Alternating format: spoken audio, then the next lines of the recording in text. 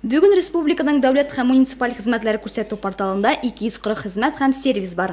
2017 елның 1 ярты елында Татарстан халкына электрон рәвештә 55 миллионнан артык хезмәт күрсәтелгән. Нурлат районының ЗАГС бүлегендә әлеге көндә 95% күрсәтелгән хезмәт электрон рәвештә теркәлгән.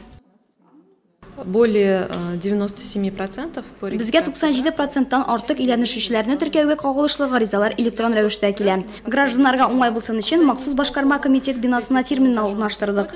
Банкларда чирата басып торуның хәзер кирәге калмады. Биредә терминал аша гариза җибәреп, дәүләт пошлинасын тиз арада түләү каралган. Шулай ук моны дәүләт һәм муниципаль хезмәтләр күрсәтү порталында да эшләп була.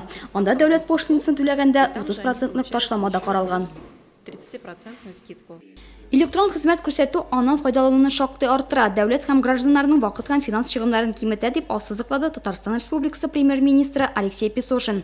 2017 елда табибка язылу, шулай ук халыкны социаль яклау өлкәсендәге хезмәтләрне оптимизацияләштерү буенча зур эш башкарылган. Хәзерге вакытта төзелеш өлкәсе балалар бакчасына чиратка басуга гариза бирү, архив белешмәләре һәм ауга рөхсәт алу буенча хезмәтләр оптимизацияләштерелә. Также в рамках исполнения поручений президента Республики Татарстана Рустама Фаргалевича Минниханова ведется работа по оптимизации системы налогообложения, системы самообложения.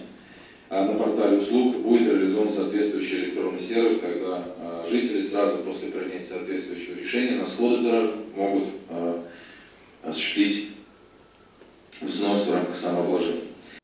2017 елда республиканың дәүләт һәм муниципаль хезмәтләре күрсәтү порталында һәм Татарстан Республикасы хезмәтләре мобиль өстәмәсендә күрсәтелгән медицина ярдәм сыйфатын бәяләү сервисы да планлаштырылган.